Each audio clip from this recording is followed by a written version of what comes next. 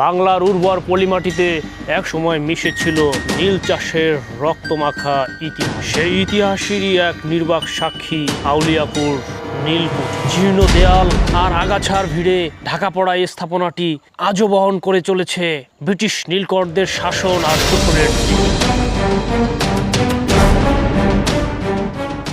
এটি আমাদের জাতীয় ইতিহাসের এক কালো অধ্যায়ের দলে। এই নীলকুঠি একসময় এখান থেকেই নিয়ন্ত্রিত হতো হাজার হাজার একর জমির নীল চাষ। তুই যা চাস তা পাবি হে থায়, তুই যা চাস তা পাবি হে থায়। আহমদ কন যদি হেসে হযরতকে ভালোবেসে আল্লাহকে যে পাইতে চায়।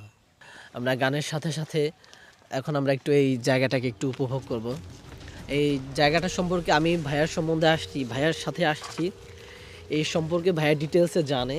আমরা ভাইয়ের কাছ থেকে এই সম্পর্কে ডিটেলসে জানবো। ভাইয়া, আপনি যদি এর বিষয় আপনি একটু বিস্তারিত বলতেন। ডানলপ সাহেবের নীলকুঠি নামে আমরা মূলত এইটা পরিচিত। এটা মাদারীপুরের আউলিয়াপুর এই জায়গাটায় এইখানে হয়তো কি এখানে আসলে নীল চাষ, এই পুরা জায়গাটা এতটাই উর্বর ছিল। তো এখানে নীল চাষের জন্য ব্রিটিশদের পক্ষ থেকে একজন লোক এই অঞ্চলে আসে, তার নাম ছিল ডানলপ। তো এই অঞ্চলে এটা ডানলপ সাহেবের নীলকুঠি নামেই এটা পরিচিত।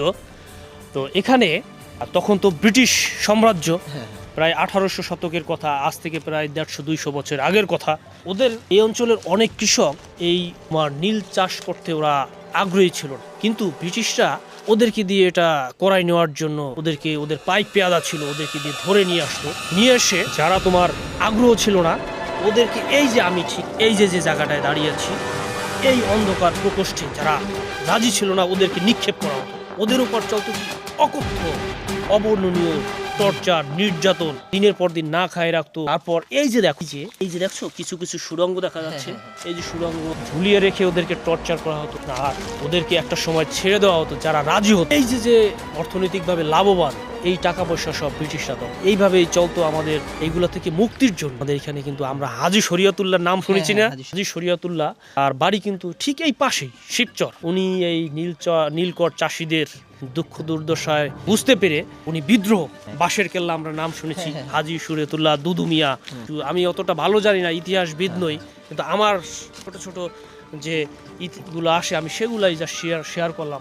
কালের আবর্তে এই যে জায়গাটা এখনো দাঁড়িয়ে আছে, এই যে ছোট ভাই তায়েব আছে, এই যে আমরা ওর কণ্ঠে সুললিত গজল শুনলাম, পাশাপাশি ও কিন্তু একজন দক্ষ গ্রাফিক্স ডিজাইনার।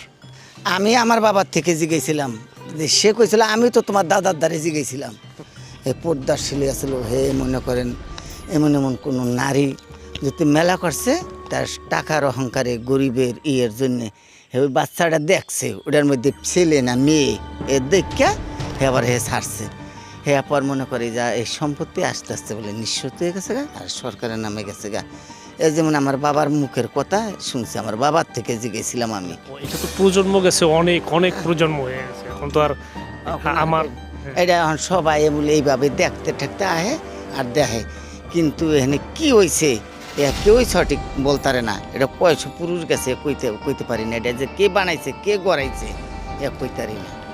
এইটা কি যে এইটা না আপনার, আমার তো মনে হয় চাষ দিছে, নীল চাষ দিছে, এটার বুদ্ধা ধোয়া গেছে, নীলের চাষ করছিল। আমার তো মনে হয় আমাদের এই অঞ্চলে ইটের ভাটার এই চোংটা না না না না না চোন না, এটা কোনো করে না, এটা নীল চাষ দিছে, এটা ধোয়া বাড়িছে।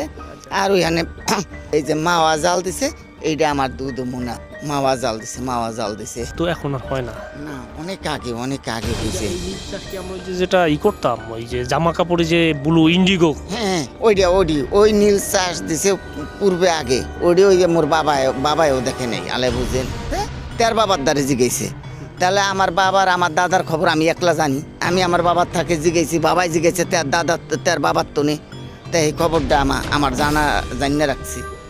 এই যে ফুটা এইগুলা, এই যে গর্ত এইগুলা কি মনে করেন ওই পাইপ সিস্টেম করে ওরা যে কোনো একটা যন্ত্র দিয়ে ওরা বাইর করছে, এর থেকে ওইটা আগেই হাজাই রয়েছে। চুন সুরকি আর ইটের গাঁথুনিতে তৈরি কেবল একটি ভবন নয়, এখন অনেকটাই ধ্বংসের দ্বারপ্রান্তে। ইতিহাসকে মুছে ফেলা যায় না। এই দলিল সংরক্ষণ করা পরবর্তী প্রজন্মের কাছে এখন সময়ের দাবি।